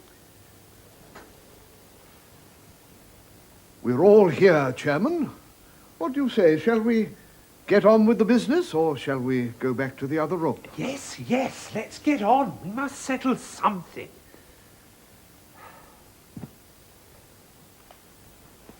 I want to speak to you for a moment, Ted.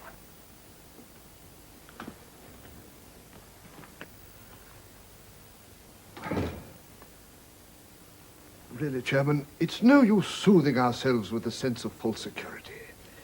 If this strike's not brought to an end before the general meeting, the shareholders will certainly haul us over the coals. What? What's that? I know it for a fact. Let them. Don't get turned out. I don't mind martyrdom for a policy in which I believe, but I object to being burnt for someone else's principles. Very reasonable. Now, you must see that, Chairman. We owe it to other employers to stand firm. There's a limit to that. They were all full of fight at the start. We thought the men would give in, but they haven't. They will. I can't have my reputation as a man of business destroyed for the satisfaction of starving the men out. I can't have it. How can we face the shareholders with things in the state they are? Here, here, here, here. If anyone expects me to say to them, I've lost you £50,000, and sooner than put my pride in my pocket, I'll lose you another, it's unnatural. I don't want to go against you, sir. Come, Chairman. We are not free agents. We are part of a machine. Our only business is to see that the company makes as large a profit as it safely can. If you blame me for want of principle, I say we're trustees. Reason tells us we shall never get back in the saving of wages what we shall lose if we continue this struggle. Really, Chairman, we must settle on the best terms we can make. No. It's a deadlock, then.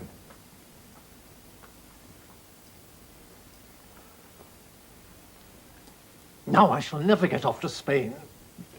You hear the consequences of your victory, Chairman. My wife's ill. Dear, dear, you don't say so. If I don't get her out of this cold, I won't answer for the consequences.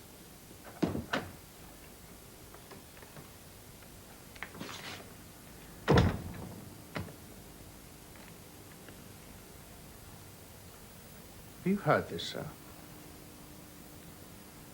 Mrs. Roberts is dead. Enid saw her this afternoon. She had no food, no coals or anything.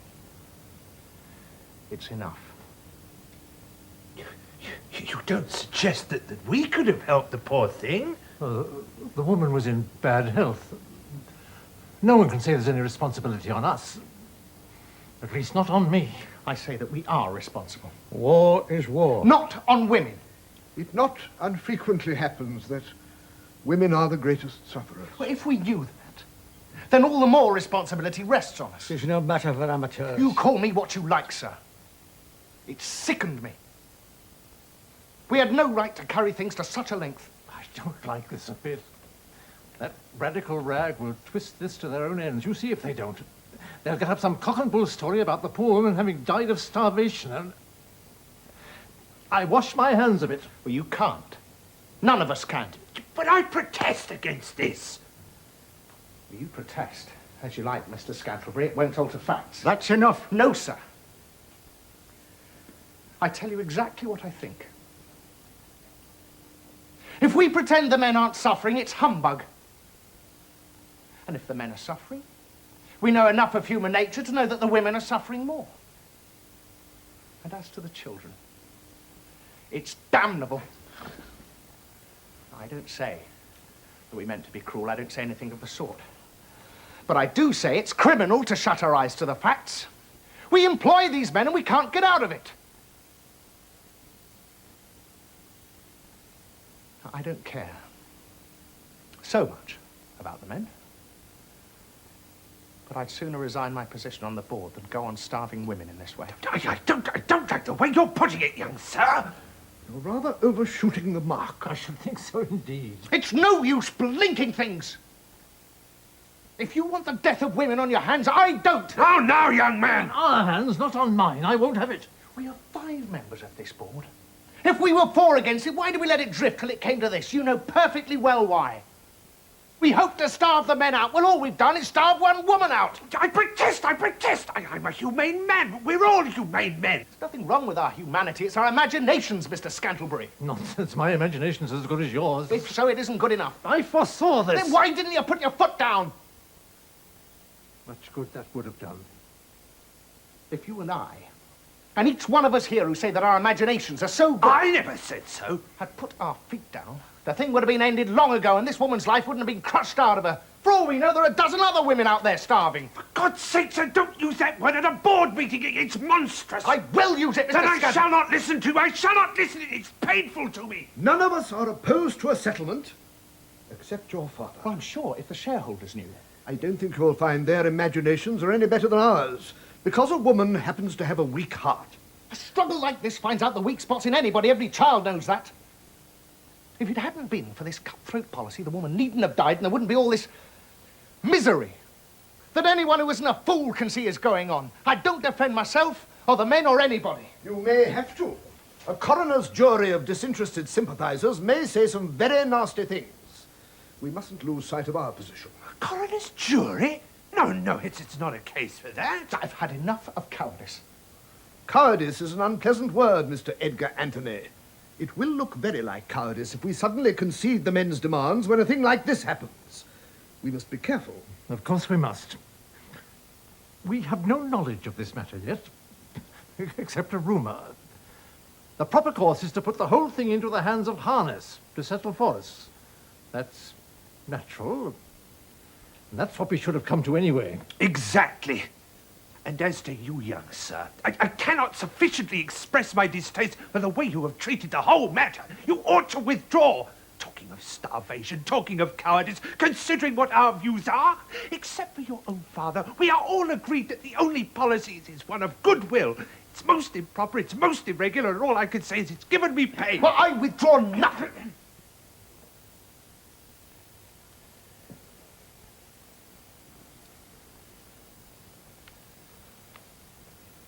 I pay no attention to what young Mr. Anthony has said.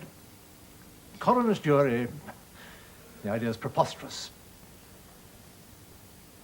I move the following amendment to the chairman's motion, that the dispute be placed at once in the hands of Mr. Simon Harness for settlement along the lines indicated by him this morning.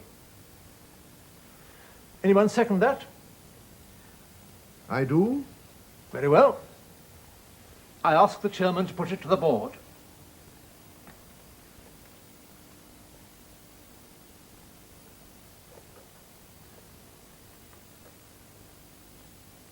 You've been made the subject of an attack.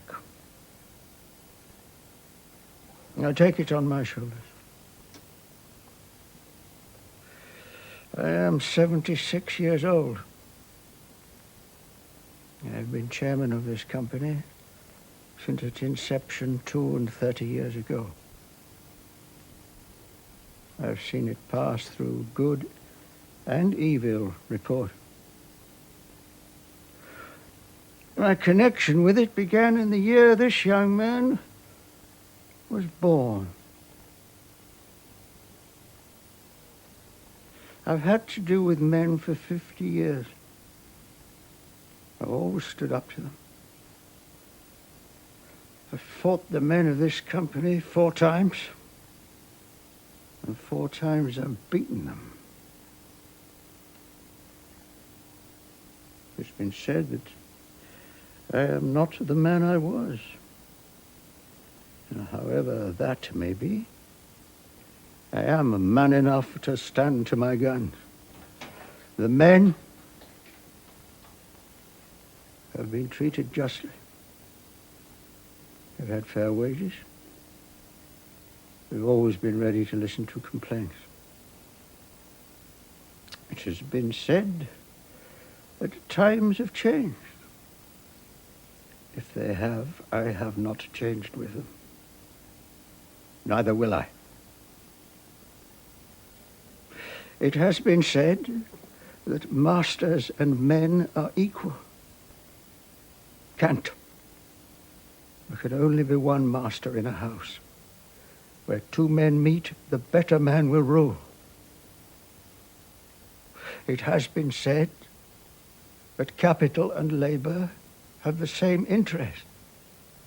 Can't. Their interests are as wide asunder as the poles. It has been said that the board is only part of a machine. Can't. We are the machine. Its brains and sinews. It is for us to lead and to determine what is to be done and to do it without fear or favor. Fear of the men, fear of the shareholders, fear of our own shadows. Before I am like that, I hope to die. There's only one way of treating men. With the iron hand. This half and half business. The half and half manners of this generation has brought all this on us. Softness and sentiment. And what this young man no doubt would call his social policy. You can't eat cake and have it. This middle-class sentiment or socialism or whatever it may be is rotten. Masters are masters. Men are men. Yield one demand and they will make it 6. They're like Oliver Twist, asking for more. If I were in their place, I should be the same. But I am not in their place. You mark my words. One fine morning when you've given way here and given way there, you will find you have parted from the ground beneath your feet and are deep in the bog of bankruptcy. And with you floundering in that bog will be the very men you've given way to. I've been accused of being a domineering tyrant, thinking only of my own pride. I'm thinking of the future of this country. Threatened with the black waters of confusion. Threatened with mob government. Threatened with what I cannot see. If by any conduct of mine I help to bring this on us, I should be ashamed to look my fellows in the face. The men are here, sir. Shall I bring them in? Wait.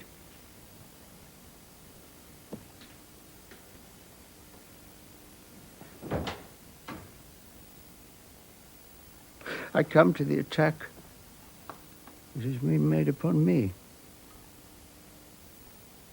A woman has died.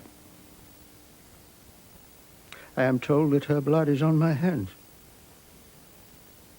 I am told that on my hands is the starvation and suffering of other women and children. I said on our hands, Father. It is the same. I am not aware that if my adversary suffer in a fair fight, not sought by me, that it is my fault. If I fall under his feet, as fall I may, I shall not complain. That will be my lookout, and this is his. I cannot separate, as I would, these men from their women and children. A fair fight is a fair fight. Let them learn to think before they pick a quarrel. But is it a fair fight, Vaughan? Look at them. And look at us. They've only this one weapon. And you're weak-kneed enough to teach them how to use it. Seems the fashion nowadays for men to take their enemy's side. I have not learned that art. Is it my fault that they quarreled with their union too? There is such a thing as mercy. And justice comes before it. What is just to one man, sir, is injustice to another.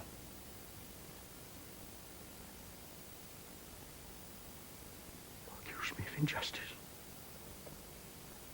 Of what amounts to inhumanity? Of cruelty? Come, Chairman. These are the words of my own son.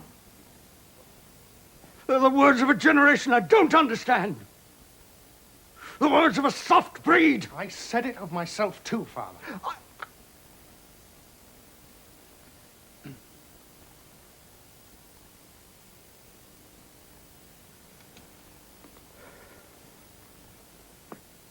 Before I put this amendment, I have one more word to say. If it is carried, it means that we shall fail in what we set ourselves to do. It means that we shall fail in the duty that we owe to all capital. It means that we shall fail in the duty that we owe ourselves. It means that we shall be open to constant attack, to which we as constantly shall have to yield. Be under no misapprehension. Run this time, and you'll never make a stand again. You'll have to fly like curs before the whips of your own men.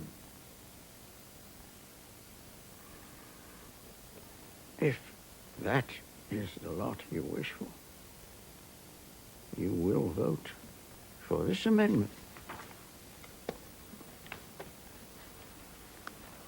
Moved by Mr. Wilder, seconded by Mr. Wanklin, that the men's demands be placed at once in the hands of Mr. Simon Harness for settlement on the lines indicated by him this morning. Those in favour signify same in the usual way.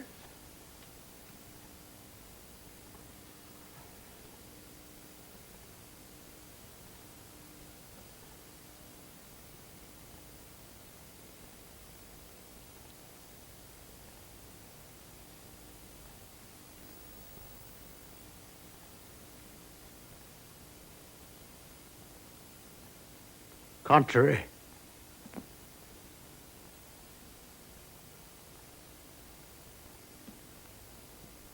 The amendment is carried. I resign my position on this board.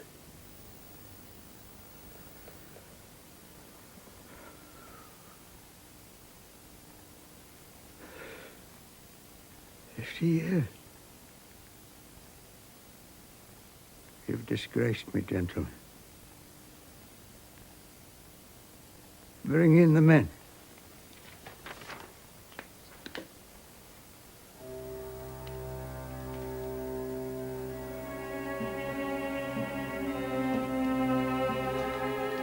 What's to be said to them? Why isn't Harness here? Ought we see them in before he comes? I don't think we should. Will you come in, please?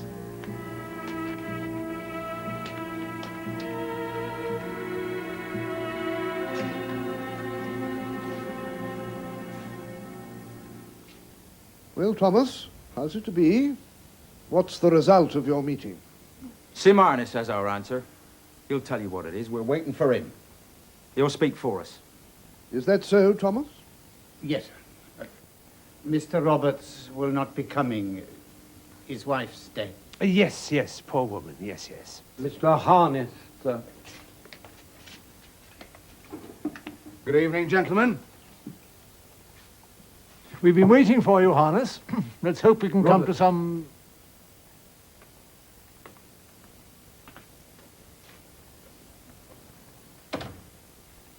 Mr. Anthony, I am sorry that I am a little late. I should have been here in time, but for something that has happened. Has anything been said? No. But what made you come, man? This morning, gentlemen, you told us to go away and reconsider our position. We have reconsidered it. And we are here to give you the men's answer. Go you back to London, we have nothing for you. By no jot or tittle do we abate our demands, nor will we until the whole of those demands have been yielded. Roberts. Is that clear enough for you? Is that short enough and to the point? You made a mistake by thinking that you could bring us to heel. You may bring the body, but you cannot bring the spirit. Get back to London. The men have nothing for you. We're all very sorry for you, Roberts. Keep your sorrow, young man. Let your father speak. Roberts.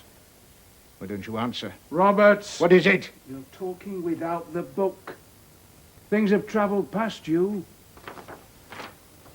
Look at this man. Demands conceded, with the exception of those relating to the engineers and furnace men. Double wages for Saturday's overtime, night shifts as they are. These terms have been agreed. The men go back to work tomorrow. The strike is at an end.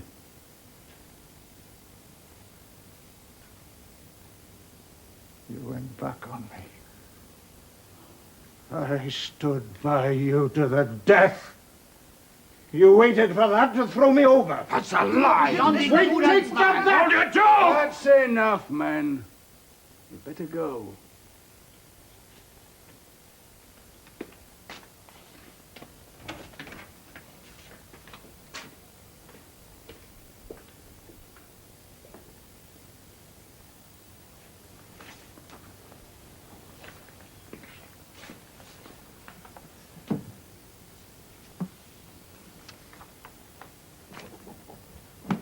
There's nothing to stay for now, I suppose. Well, I shall have a try for that train. You coming, Scantlebury? Yes, wait for me. But you'd never sign them terms. They can't make terms without their chairman. You'd never sign them terms. Don't tell me you have. For the love of God, I reckoned on you! The board has signed. Look after the chairman. He's not well. He had no lunch. If there's any fun for the women and children, put me down for £20.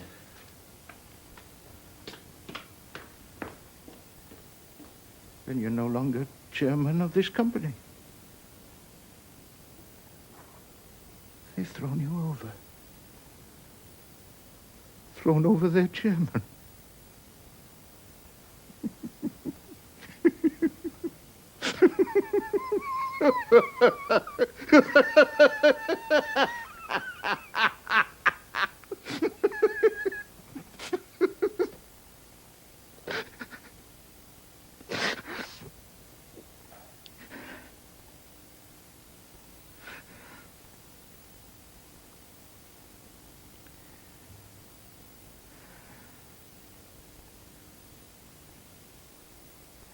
So they done us both down, Mr. Anthony.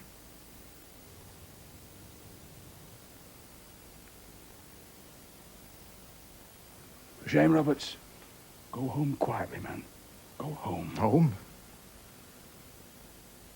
Home?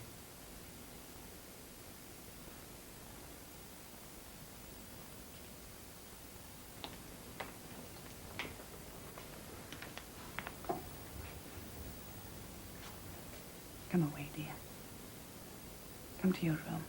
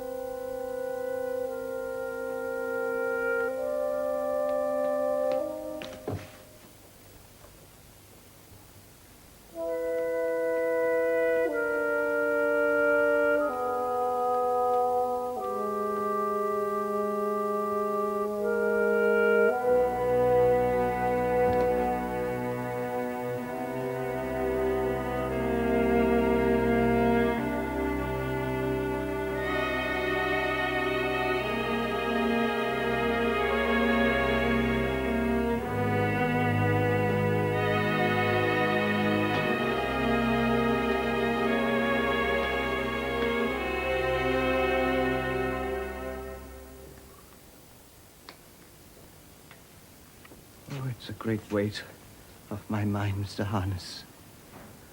Oh, what a painful scene, sir. It's all been so violent. What did he mean by done us both down? And if he has lost his wife, poor fellow, he oughtn't to have spoken to the chairman like that. A woman dead, and the two best men, both broken. Do you know, sir, these terms, they're the very same we drew up together, you and I, and put to both sides before the fight began. All this. All this. And what for? That's where the fun comes in.